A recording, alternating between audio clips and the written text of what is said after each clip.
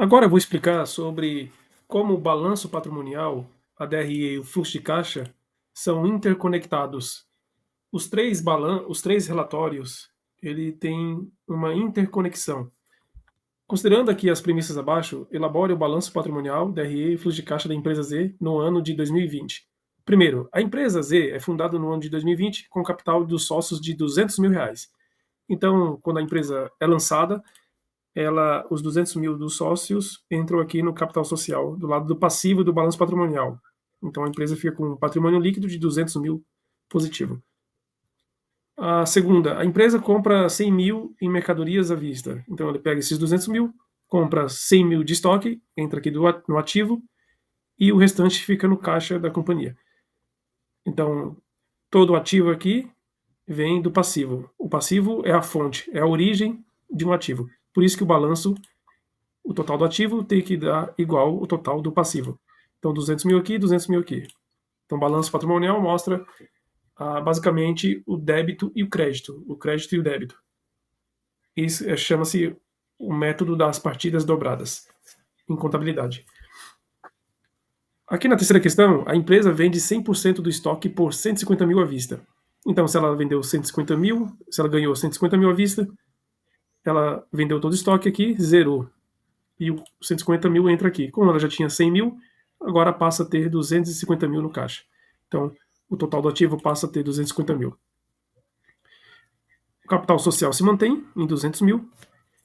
E o lucro entra aqui, que é o lucro basicamente da DRE. Quando gerou a venda, gera uma receita de 150 mil. O CMV, que é o custo da mercadoria vendida, foi de 100 mil, porque aqui teve a compra à vista. Então, 150 mil menos 100 ficou com 50 mil de lucro. E o lucro entra no balanço em lucros acumulados aqui no balanço. Então, 200 mil mais 150 mil, 250 mil. Então, o balanço bateu aqui.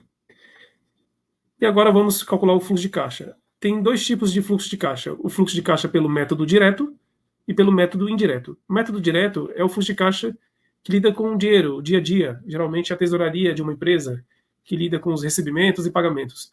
Mas dificilmente um analista ou um investidor vai ter acesso ao fluxo de caixa direto da empresa. Então ele tem que calcular pelo método indireto, onde ele não tem acesso àquele fluxo de caixa, mas ele calcula para saber o quê? Para saber a variação aqui, ó, do caixa que está aqui no ativo do balanço patrimonial, que era 100 mil inicial, passou para 250 mil. Então houve uma variação aqui de 150 mil.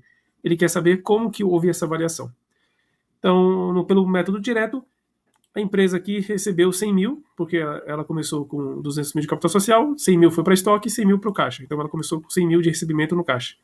E ela pagou 100 mil de estoque. Então 100 mil de caixa menos 100 mil de estoque, ela teve uma variação do fluxo de caixa zero. Já na segunda questão, ela vendeu 150 mil de mercadoria. Então ela recebeu aqui 150 mil, como ela já havia pagado os estoques, a mercadoria, 150 mil positivo aqui no fluxo de caixa. Então 150 mil aqui foi a variação do fluxo de caixa desse sistema aqui. Então, veja bem, 100 mil. Já tinha 100 mil, passou a 250 mil, uma variação de 150 mil. Então, bateu aqui. O fluxo de caixa pelo método direto, ele parte do lucro líquido. Eu não tenho vamos supor que eu não tenho acesso ao fluxo de caixa no método direto, então ele sempre começa pelo lucro, 50 mil. A variação de capital de giro, que é a variação no estoque, né? Inicial, era 100 mil. Não houve variação, ou seja, ficou 0 a 0, não houve compra a mais de estoque ou venda de estoque, então a variação é zero. Contas a receber também, como a empresa não teve variação, não vendeu a prazo, só vendeu à vista, não teve variação no contas a receber. Contas a pagar também não gerou compras a prazo e também contas a prazo, contas a pagar ficou zero aqui, variação zero. A variação no estoque no D1 foi de 100 mil. Eu tinha 100 mil reais aqui, 100 mil de estoque.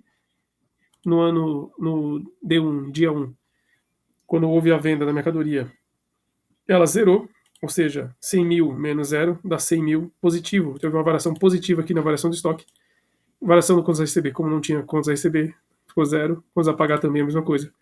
Então, o lucro líquido mais a variação do capital de giro ficou com a variação de capital de fluxo de caixa de 150 mil reais aqui. Então, os dois métodos tanto pelo direto como o indireto, ficou com a variação de fluxo de caixa de 150 mil. Fazendo um cheque aqui, quero saber se a variação de caixa está correta, né? Então é o caixa atual menos o caixa anterior. Então pego essa célula aqui, menos essa dá 150 mil, menos, tanto pelo método direto, menos 150 mil, ficou zero, ficou bateu.